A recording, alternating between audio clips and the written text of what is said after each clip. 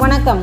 பிரசவத்திற்கு பின் பெண்களின் வயிற்று சதையை எவ்வாறு குறைக்கலாம் என்பதை இப்பொழுது பார்ப்போம். பெண்கள் கர்ப்பமாக இருக்கும் பொழுது நிறையவே சாப்பிட்டு தங்களின் உடல் எடையை அதிகரித்து கொள்வார்கள். அதிகமாக சாப்பிடுவதில் பயனில்லை. ஆரோக்கியமான உணவுகளை தான் சாப்பிட வேண்டும். பச்சை காய்கறிகள், கீரைகள், பழங்கள் போன்றவற்றை நிறைய எடுத்துக்கொள்ளுங்கள். பழத்தில் எல்லா வகையான பழங்களையும் எடுத்துக்கொள்ளலாம். வெளி உணவுகளை முக்கியமாக தவிர்த்து விடுங்கள். ஊறுகாய், கருவாடு, அப்பளம் போன்ற உப்பு நிறைந்த பொருட்களை நிச்சயம் தவிர்த்து விடுங்கள்.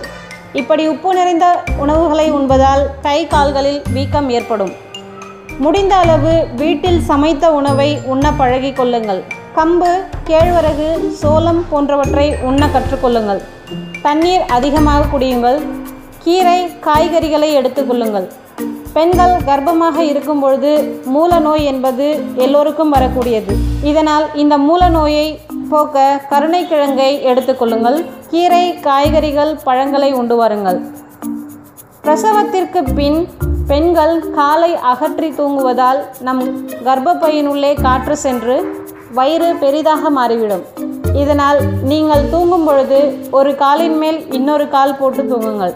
அதேபோல பால் ஊறுவதற்காக புரோட்டீன், ஆப்பிள், முருங்கைக்கீரை, பச்சை காய்கறிகளை எடுத்துக்கொள்ளுங்கள். முருங்கைக்கீரையை சாப்பிட்டுவிட்டு உங்கள் குழந்தைகளுக்கு பால் கொடுத்தீர்களானால் அந்த பால் அமுதத்திற்கு இணையானது. எனவே வாரத்தில் 3-4 நாட்கள் முருங்கைக்கீரையை எடுத்துக்கொள்ளுங்கள்.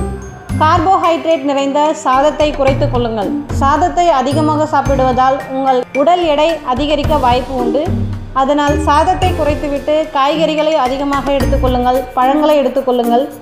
மீன், நண்டு போன்றவற்றை சாப்பிடுங்கள். சாப்பிட்டவுடன் 1 டம்ளர் அளவு சுடுதண்ணீரை 3 மாதங்கள் குடித்து வந்தாலே போதும். உங்களுடைய வயிறு சாதாரண நிலைக்கு வந்துவிடும்.